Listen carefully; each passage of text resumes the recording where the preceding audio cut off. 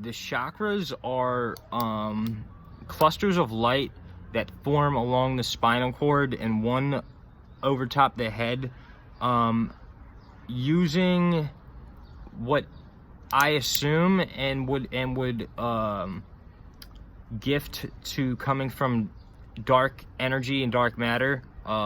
These are light particles that they exist, just not in this universe, and they exist in like a subspace of matter that is very hard to detect, and it is not detectable by the human eye, although there is a gland in the brain called the pineal gland which does see light. This is an actual eyeball type of organ that is able to decipher and literally differentiate this dark energy, dark matter, which people who meditate on chakras call astral energy.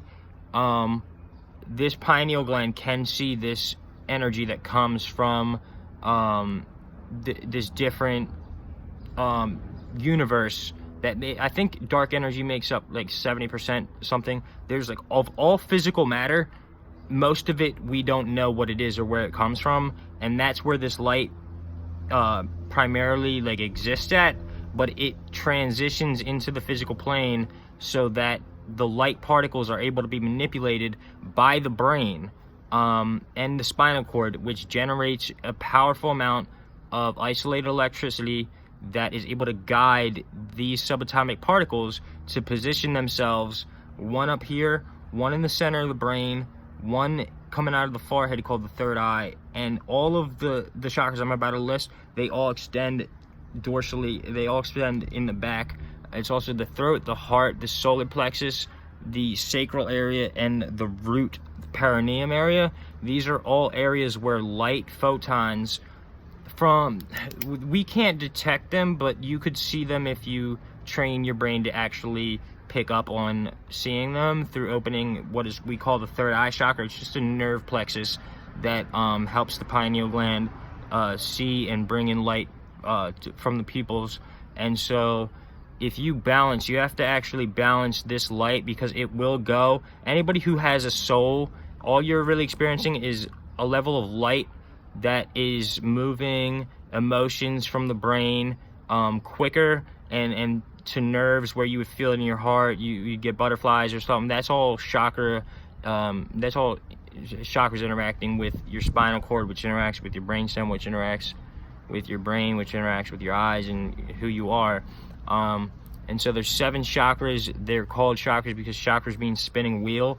What it is it's literally, these things are so powerful. The level of energy is like subatomic nuclear type of energy that emits a vibration that spins in like a circle spiral out on each side, and it meets at a close point in the center, where that is like the heart of the chakra. But these chakras come out and they form a pattern that is called petals by people who describe chakras. And so each chakra will have its own pattern, and chakras do not have their own color. It's not like this chakra is yellow, this chakra is green, this chakra is blue, this chakra is purple.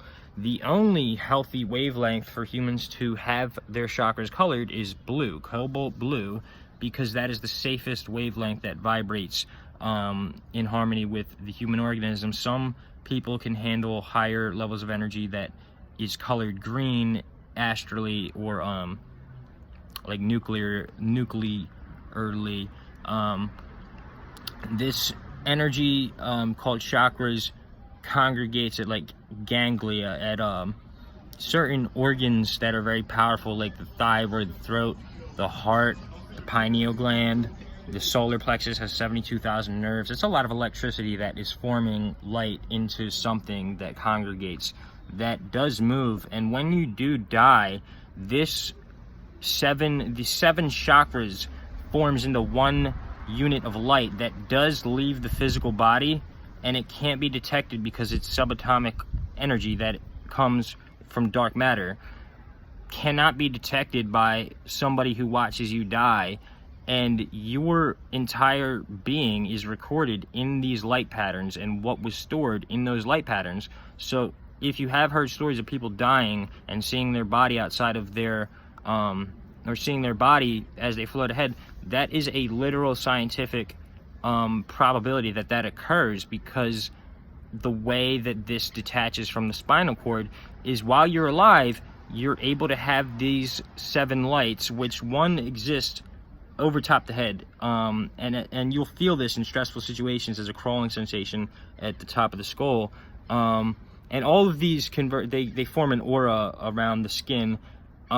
When you do die, or when you're existing, these will be, most people will not be aware of these at all because they're not equipped to awaken them, but people who do awaken them can feel them.